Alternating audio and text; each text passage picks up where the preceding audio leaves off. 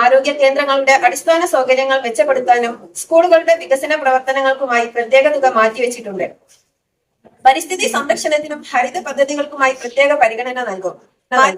മാലിന്യ സംസ്കരണം കൂടുതൽ കാര്യക്ഷമമാക്കുകയും ശുചിത്വ പഞ്ചായത്തായി മാറാൻ കൂട്ടായ പരിശ്രമം നടത്തുകയും ചെയ്യും.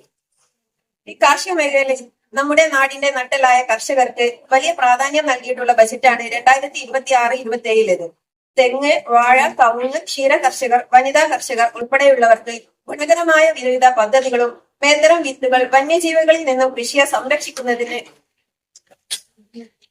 സോളാർ ഫെൻസിംഗ്, ബോറപ്പ് തുടങ്ങിയ മഹത്തായ നൂതന പദ്ധതികൾ ഉൾപ്പെടെ 50 ലക്ഷത്തോളം രൂപയുടെ പദ്ധതികളാണ് ഈ മേഖലയിൽ ബജറ്റിൽ ഉൾപ്പെടുത്തിയിട്ടുള്ളത്.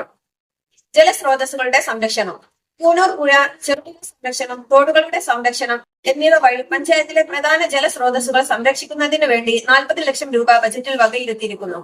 വനിതാ വികസനം, ഇതര പഞ്ചായത്തുകളിൽ നിന്നും വ്യത്യസ്തമായി കുന്നമംഗലം ഗ്രാമപഞ്ചായത്തിൽ വനിതകൾക്കായി ഹൈടെക് ജിം എന്ന ആശയം യാഥാർത്ഥ്യമാക്കുന്നതിനു വേണ്ടി പദ്ധതി നിർദ്ദേശവും വനിതകൾക്കായി സ്വയം തൊഴിൽ സംരംഭം, കുടുംബശ്രീ അംഗങ്ങൾക്കായി പ്രത്യേക പദ്ധതിയും ഈ ബജറ്റിലൂടെ മുന്നോട്ട് വയ്ക്കുന്നുണ്ട്. കലാകായിക മേഖല, കുന്നമംഗലത്തെ കായിക പ്രേമികൾക്ക് ആവേശം നൽകുന്ന രീതിയിൽ ഗെയിംസ് പാർക്ക് പദ്ധതിക്ക് സ്ഥലം ഏറ്റെടുക്കുന്നതിന് വേണ്ടി 50 ലക്ഷം രൂപ നീക്കിവെച്ചിട്ടുണ്ട്.